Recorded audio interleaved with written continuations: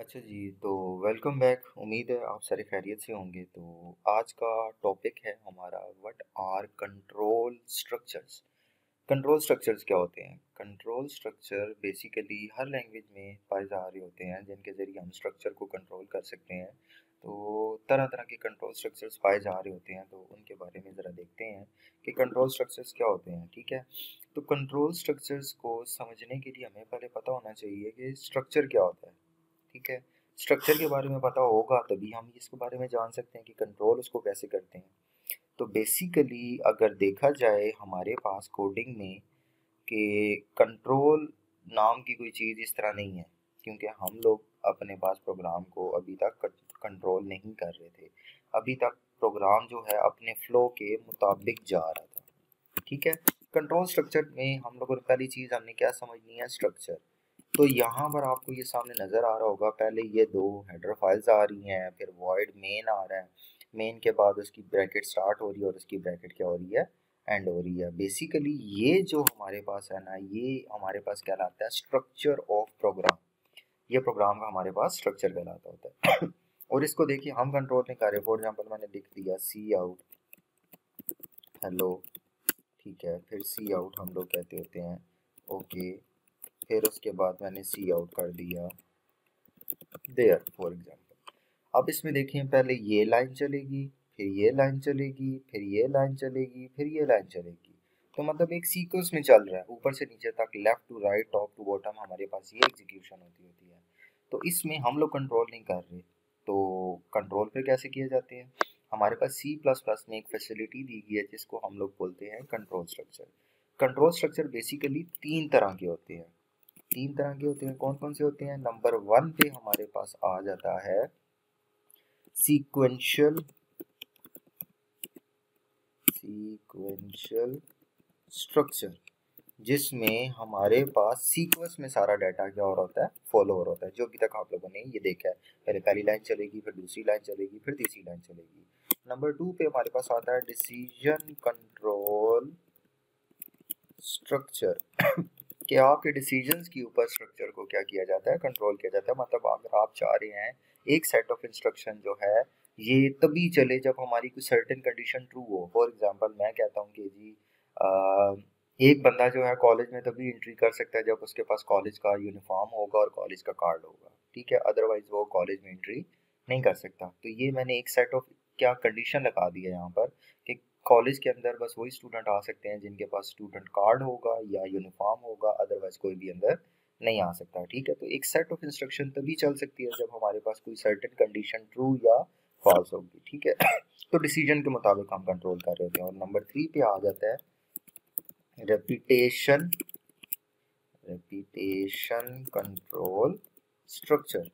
ठीक है, repetition control structure में क्या होता है, जिसमें हम रेपिटेशंस को कंट्रोल कर रहे होते हैं कि मतलब एक सेट ऑफ इंस्ट्रक्शन कितनी दफ़ा चलेगी। आप एक सेट ऑफ इंस्ट्रक्शन को कितनी दफ़ा चलाना चाह रहे हैं, या एक लाइन ऑफ कोड को या 50 लाइन ऑफ कोड्स को कितनी दफ़ा रिपीट करवाना चाह रहे हैं। कोई काम अगर हमने रिपीट करवाना है तो उसको रेपिटेशन कंट्रोल स्ट्रक्चर के ज़रिए हम लोग क्या करते हैं, मैनेज कर सकते हैं। रेपिटेशन कंट्रोल स्ट्रक्चर को हम लूपिंग कंट्रोल स्ट्रक्चर भी कह देते हैं और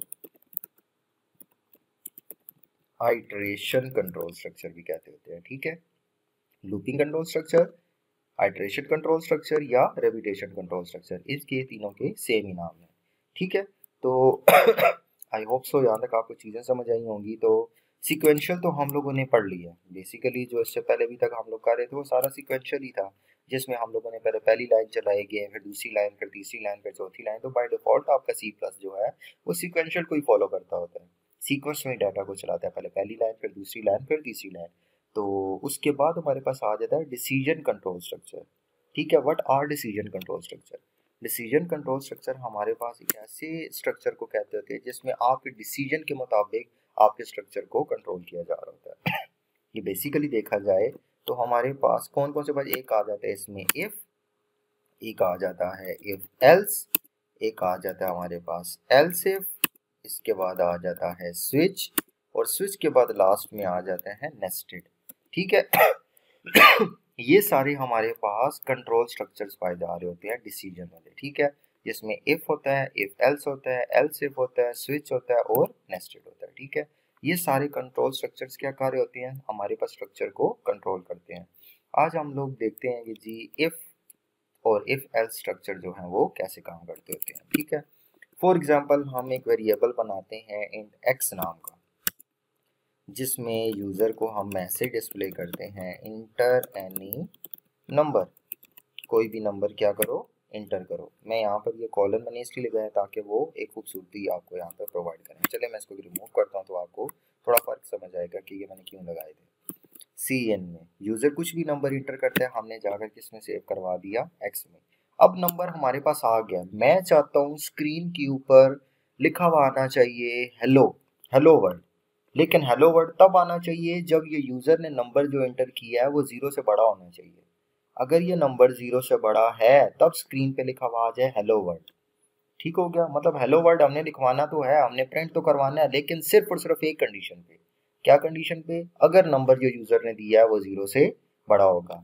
तो इसको लिखने का तरीका क्या है, हमारे पास इफ़ को कैसे लिखते होते हैं। इफ़ को लिखने के लिए हम लफ्ज़ लिखते हैं इफ़ और आगे ये वाली ब्रैकेट, इस ब्रैकेट के अंदर हम लोग लिखते हैं कंडीशन, जो हमारी कंडीशन है, और उसके बाद ये स्टेटमेंट आ जाती है। इसके अंदर हमारे पास वो स्टेटमेंट है जो हम चलाना चाह रहे हैं, जितनी मर्जी स्टेटमेंट्स आप यहाँ पर एग्जीक्यूट कराना चाहते हैं। ठीक है, तो हमारे पास बेसिकली इफ स्टेटमेंट क्या करता होता है कि पहले कंडीशन को चेक करता है, अगर कंडीशन ट्रू है तो इसके अंदर आने वाली सारी स्टेटमेंट्स को वो क्या कर देता है, रन कर देता है, अदरवाइज ये किसी को भी रन नहीं करता होता।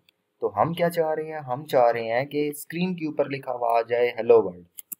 तो लिख लेते हैं स्क्रीन के ऊपर, अगर लिखना है तो क्या लिखा हुआ आना चाहिए, हेलो वर्ल्ड। तो साथ ये एक्सप्लेनेटरी निशान भी मैं चाहता हूँ प्रिंट हो जाए, थोड़ा खूबसूरत लगेगा। ठीक है, लेकिन कंडीशन क्या है, कंडीशन हमने क्या लगाई है, कंडीशन हमने लगानी है अगर x की वैल्यू, क्यों, यूजर ने जो वैल्यू दी है हमने जाकर किस में सेव किया, x में, तो x की ऊपरी कंडीशन लगेगी कि अगर x में जो यूजर ने वैल्यू दी है वो ग्रेटर देन जीरो है, अगर वो वैल्यू जीरो से बड़ी है तो स्क्रीन पे क्या प्रिंट कर दो, हेलो वर्ल्ड, नहीं तो कुछ भी नहीं। ठीक है, ये वाली स्टेटमेंट कब चलेगी, जब आपकी कंडीशन क्या होगी, ट्रू होगी। अगर कंडीशन ट्रू है, मैं इधर लिख देता हूँ, अगर कंडीशन ट्रू है तभी चलेगा, मतलब इसके अंदर जितनी स्टेटमेंट्स आएंगी वो तभी चलेंगी जब आपकी कंडीशन क्या होगी, ट्रू होगी। ठीक हो क्या, आई होप यहाँ तक समझ। आप इसे जरा एक दफा चला के देखते हैं कि वाकई चल रहा है कि नहीं चल रहा। अब कंपाइल किया, कोई एरर नहीं, रन करते हैं। इंटर एनी नंबर, आप देखें नंबर के बिल्कुल साथ कोई स्पेस नहीं और तेरी इंटीजर हमसे मांग रहा है कोई नंबर दे, हमने नंबर दे दिया 12। अब 12 ऑब्वियसली जीरो से बड़ा है, जीरो से बड़ा है तो स्क्रीन पे क्या आना चाहिए, हेलो वर्ल्ड। देखते हैं आता है कि नहीं, इंटर पर दबाते हैं, हेलो वर्ल्ड आ गया जो हमने प्रिंट किया था। ठीक है, दोबारा इसको चलाते हैं। अब मैंने नंबर दे दिया -24, अब -24 जो है वो ऑब्वियसली जीरो से छोटा है, तो स्क्रीन पे कुछ भी नहीं आना चाहिए। इंटर का बटन दबाया तो स्क्रीन पे कुछ भी नहीं आया, तो इसका मतलब क्या हुआ कि हमारे पास ये जो हेलो वर्ल्ड है ये सिर्फ और सिर्फ स्पेसिफिकली कब प्रिंट होगा, जब आपने जो नंबर एंटर किया वो जीरो से बड़ा होगा। ठीक हो गया, यहाँ पर भी वो जो आपने, चलो मैं एक दफ़ा दोबारा दिखाता हूँ, ये देखें नंबर के बिल्कुल बाद कोई स्पेस वगैरह नहीं है, तो मैं क्या चाहता हूँ, थोड़ी सी स्पेस हो, थोड़ी सी नंबर के बाद थोड़ी सी क्या हो, पहले स्पेस प्रिंट करो, ये कॉलम दिखाई दें ताकि थोड़ा सा खूबसूरत लगे, ताकि पता चले यूज़र ने नंबर इंटर करना है। आप ये देख लेंगे थोड़ा लिखा हुआ आ रहा है, बड़ा खूबसूरत लग रहा है। अब हम यहाँ पे नंबर दे देते हैं 45, वो जीरो से बड़ा नंबर है तो इसका मतलब क्या आना चाहिए, हेलो वर्ल्ड। ठीक हो गया, तो ये तरीका कार है जिसके ज़रिए हम एक स्टेटमेंट को चलाते हैं। फॉर एग्जाम्पल अगर मैं इस इफ को रिमूव कर देता हूँ, फॉर एग्जाम्पल अब मैंने इफ को क्या कर दिया, रिमूव कर दिया, कोई कंडीशन नहीं लगाई हुई, तो अब ये कौन सा सीक्वेंशियल फॉलो कर रहा है, ये सीक्वेंस को फॉलो कर रहा है। तो अब जो मर्जी यूज़र नंबर दे स्क्रीन के ऊपर हेलो वर्ल्ड आना ही आना है। तो मैं क्या करता हूँ, चलाता हूँ, मैंने नंबर दे दिया 12, हेलो वर्ल्ड। मैंने नंबर दे दिया -20, तब भी आ गया हेलो वर्ल्ड। क्यों, क्योंकि इस स्टेटमेंट के ऊपर कोई भी कंडीशन नहीं लगी हुई। फिर कंडीशन लगाते हैं इफ, क्या कंडीशन दी, अगर एक्स ग्रेटर देन क्या है, जीरो, अगर एक्स की वैल्यू जीरो से क्या है, बड़ी है, तब स्क्रीन पे क्या प्रिंट कर दो, हेलो प्रिंट कर दो, हेलो वर्ल्ड प्रिंट कर दो। अब चलाते हैं, सेम वही आउटपुट हमारे पास आना शुरू हो गई है। माइनस में वैल्यू देते हैं तो कुछ भी नहीं आ रहा। ठीक हो गया, अब इसकी कंडीशन को लाजमी नहीं है ग्रेटर देन पे लगा सकते हैं, आप चेंज भी कर सकते हैं। मैं कहता हूँ ग्रेटर देन की जगह मैं कहता हूँ लेस देन लगा देता हूँ। अगर अब ये माइनस के ऊपर हेलो वर्ल्ड प्रिंट करेगा। अब मैंने नंबर दिया 12 तो कुछ भी प्रिंट नहीं हो रहा। अब मैंने नंबर दे दिया -14 तो स्क्रीन पे हेलो वर्ल्ड आ गया। ठीक हो गया। लेस देन की जगह मैं इक्वल टू लगाता हूँ कि मतलब अब अगर वैल्यू 0 के बराबर है तब हेलो वर्ल्ड प्रिंट करो, अदरवाइज कुछ भी प्रिंट ना करो। अब हमने इसको रन किया, मैंने नंबर दे दिया 12, कुछ भी नहीं आया। अब मैंने नंबर दे दिया 15, कुछ भी नहीं आया। अब मैंने फिर दोबारा नंबर दे दिया -19, कुछ भी नहीं आया। क्यों नहीं आया? क्योंकि मैंने कंडीशन लगाई हुई है कि ये स्टेटमेंट तब चलाओ जब x की वैल्यू किसके बराबर हो, 0 के बराबर। अब देखो इक्वल के लिए मैंने सिंगल इक्वल नहीं यूज किया, मैंने डबल इक्वल यूज किया। क्यों? सिंगल इक्वल हमारे पास असाइनमेंट ऑपरेटर कहलाता होता है, हमने पढ़ा पीछे। अगर आपने नहीं पढ़ा तो अभी पीछे जाकर आप लोग देख लें, जिसमें मैंने टाइप्स ऑफ ऑपरेटर्स मैंने समझाए हुए हैं, वहाँ पर आप दोबारा देख लें कि ऑपरेटर्स क्या होते हैं, जो जिस मैथमेटिक ऑपरेटर और ये सारे रिलेशनल ऑपरेटर मैंने सारे एक्सप्लेन किए हैं। तो हमारे पास ये जो इक्वल चेक करने के लिए हम देखते होते हैं, तो वो हमारे पास डबल इक्वल इस्तेमाल करते हैं यहाँ पर। ठीक हो गया। अब ये चलेगा 0 के ऊपर। अगर हमने नंबर 0 एंटर किया तो स्क्रीन पे आया हेलो वर्ल्ड, अदरवाइज किसी नंबर पे भी हेलो वर्ल्ड नहीं आएगा। ठीक हो गया।